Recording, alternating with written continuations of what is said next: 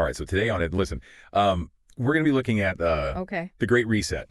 Why humanity should abolish religion, borders, and individual freedom for the greater good by A. Contrarian. Wow.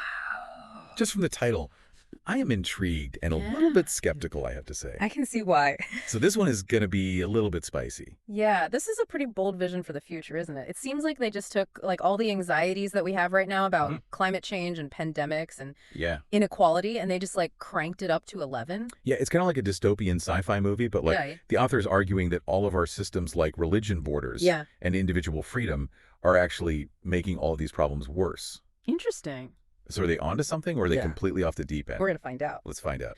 So the author starts by tackling religion right away. Okay. They call it the original sin of humanity, named it so far as to say that it's a crutch for the weak-minded. Wow, strong words. Very strong words. It makes me think about historical events like the Galileo affair, where like the church was resisting the scientific discoveries that contradicted religious dogma. Totally. Could the author be saying that religion hinders progress in the same way?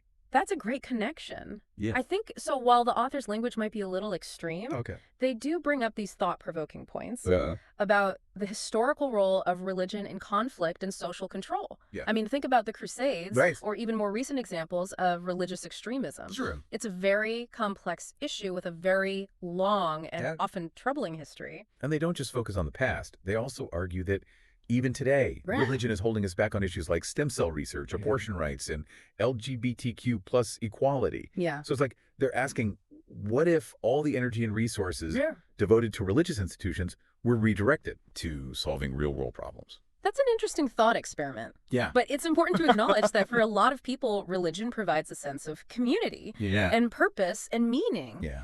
How do we reconcile the potential harms that the author highlights with the positive aspects of faith for so many individuals and communities? Yeah. It's a tough balancing act. It's not like we can just snap our fingers and erase religion from the world. For sure. But I do think it's worth examining how religious beliefs might be shaping our responses to these really pressing societal issues. Interesting. What do you think, listener? Does religion help or hinder progress? So moving on from the fiery debate on religion, the author sets their sights on another deeply ingrained system, borders. Okay. They describe them as imaginary lines that just reinforce global inequality. And they ask, why should someone born in Somalia have fewer opportunities than someone born in Sweden just because of where they were born? That's a very good question. And with climate change displacing millions already, the author argues that clinging to these imaginary lines will just lead to more conflict and suffering. Okay. What's their solution? I'm listening. Open borders.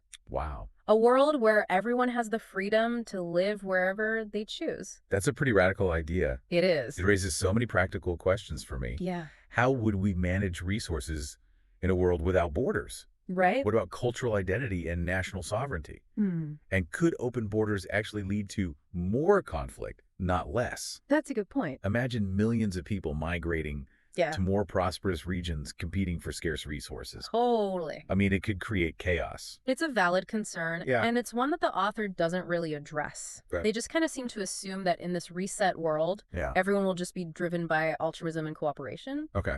But human history kind of suggests that that's not always the case. It's easy to get swept up in the utopian vision. Yeah. But we really have to think critically about the downsides as well. Absolutely. So what do you think, listener? Could a world without borders really work?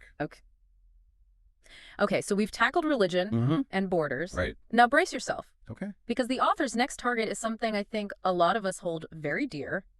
Individual freedom. Oh, boy.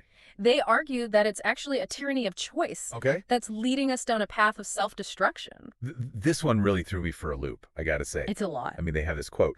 Most people are incapable of making responsible choices. Left to their own devices, humans are selfish, short-sighted, and destructive.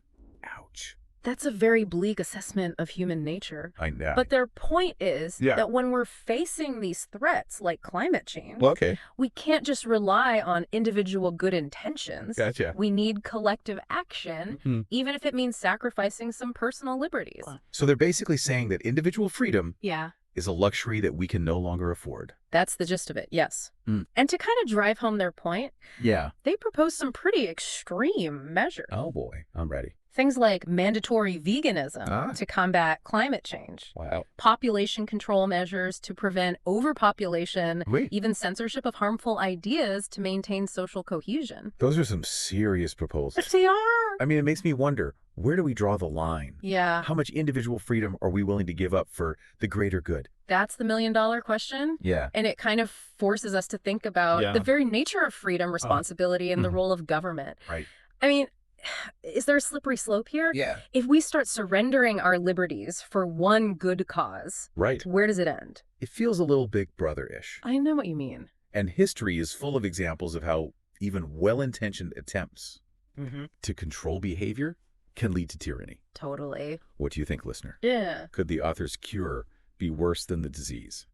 Yeah, it is a slippery slope, isn't it? And I think that's maybe the most unnerving part of the author's argument. I agree. Even if we agree with their assessment of the problems, and I think there's a lot to grapple with there, their solutions Right. just bring up all these ethical and practical concerns. Exactly. It's like they're saying, hey, the house is on fire, so let's just bulldoze the whole neighborhood. Right. Like, it's such a drastic response. Totally. I'm not even sure that it addresses the root causes. Exactly. And I think the author has this almost cynical view of human nature, assuming that we're all just incapable of making responsible choices without a strong hand guiding us. Right. But, I mean, haven't we seen throughout history, like, amazing examples of human ingenuity, compassion, cooperation? Absolutely. Like, to think about the abolition of slavery, Totally. the civil rights movement, even the global response to the pandemic. Right. These were all driven by individuals coming together to demand a better world, Right. not by some authoritarian decree. Exactly. So while the author's sense of urgency is definitely understandable,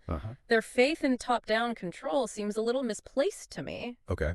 Real change, like, usually comes from the ground up, right? Yeah. From individuals challenging the status quo and demanding better from their leaders. And we can't forget about, like, the potential for abuse when power is concentrated Oh, totally. in the hands of a few. That's right. Who gets to decide what's best for the greater good. Yeah. And what happens to those who disagree? It's true. History is full of cautionary tales about the dangers of unchecked authority. Right. It's scary to think about. Yeah, it makes you wonder if the author is, like, kind of inadvertently advocating for a system that could actually be more oppressive than the one that they're trying to replace. Is trading individual freedom for collective security really a solution? Yeah. Or is it just trading one set of problems for another? That's the real question. Yeah. And it's one that, like, we all have to figure out. We do. Individually. I agree. There are no easy answers here. I don't think so. But I think we should be cautious about any ideology that calls for just, like, completely surrendering individual autonomy, even when we're facing these, like, really challenging problems. I agree. We need to figure out a way to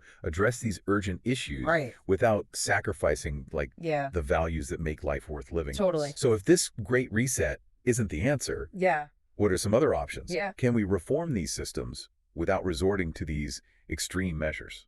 That's a great question. And while this piece doesn't really offer any concrete solutions, I think it does kind of point us towards some interesting areas to explore. For example, instead of, like, abolishing religion altogether, could we maybe focus on promoting interfaith dialogue, religious tolerance, and a more nuanced understanding of faith in society? That's a good point. It's about finding common ground, respecting different perspectives, working together to address the challenges that go beyond religious boundaries. Yeah, what about borders? Is there, like, a middle ground between completely open borders and the current system, which just, like, seems designed to keep people out? That's another area that we could maybe explore. Maybe we need to rethink the idea of citizenship. Explore new models for migration and resource sharing, and find ways to promote global cooperation without erasing cultural identities or national sovereignty. It sounds like we need a more nuanced approach. I think so. One that acknowledges that these issues are really complex and tries to find solutions that are both effective and humane. What about individual freedom?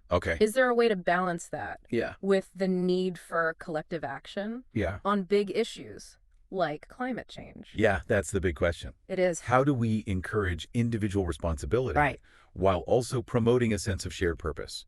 Maybe it's about finding ways to, like, incentivize sustainable behavior, promoting education and awareness, and empowering individuals to make good choices for themselves and for the community. It seems like the answer is not top-down control, Yeah. but like bottom-up empowerment. That's a good way to put it. Give people the information they need Right. so they can make informed decisions and then trust them to do the right thing. And that takes a little bit of faith in human nature, doesn't it? It does. Like believing that we're capable of more than just selfish, short-sighted behavior. Okay. That we can actually rise to the occasion and make a better world. It's a hopeful perspective. It is. And one that I think is more empowering Yeah. than the author's kind of bleak view. Yeah, I agree. So while this great reset might not be the answer, Right. I think it sparked some important questions. For sure. So what do you think, listener? Yeah. What parts of this resonate with you? What makes you feel uncomfortable? What do you think? I feel like this whole great reset idea, even though it's extreme, I think it kind of forces us to confront some uncomfortable truths about the systems that we just take for granted. I think you're right. Maybe that's the value of it. Not as like a blueprint, but as a thought experiment that just gets us thinking about different ways to do things.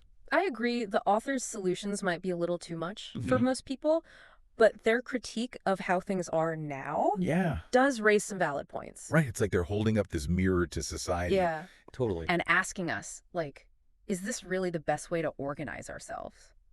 Yeah. And even if we don't, like, agree with their answers, the questions themselves are super valuable. Yeah. Like when they talk about religion hindering progress, makes you think about how, like, dogma can sometimes clash with critical thinking and scientific advancement. Absolutely. It's not about, like, getting rid of religion altogether, but just recognizing that any belief system, when taken to an extreme, can become like a roadblock to progress. Yeah. It's about being balanced and tolerant, I think. Yeah. And their point about borders is radical. Yeah. But it makes us think about, like, how random these lines that we've drawn on the map are. Totally. Why should someone's opportunities be determined by where they happen to be born? It really raises questions about global equity and resource distribution and our responsibilities to each other on this planet. We're all connected. We are, especially now with globalization and climate change.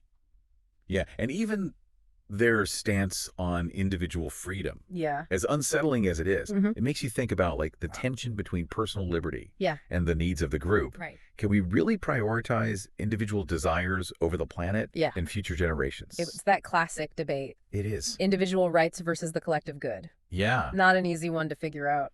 So if we ignore, like, the more extreme proposals, what are some, like, practical things we can take away from this great reset? Right. Can we change these systems without totally destroying them? I think that's the question we need to be asking. Yeah. And it's one that requires us to talk to each other and try new things. So instead of abolishing religion, maybe we can focus on promoting interfaith understanding. Yeah. And, like, the ethical principles that connect us across different beliefs. It's about finding common ground.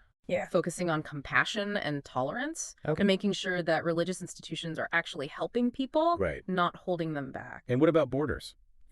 Well, maybe it's about trying out new ways to handle migration and resource sharing, promoting international cooperation, and finding ways to address inequality around the world without erasing cultures or national sovereignty. That's a lot to do.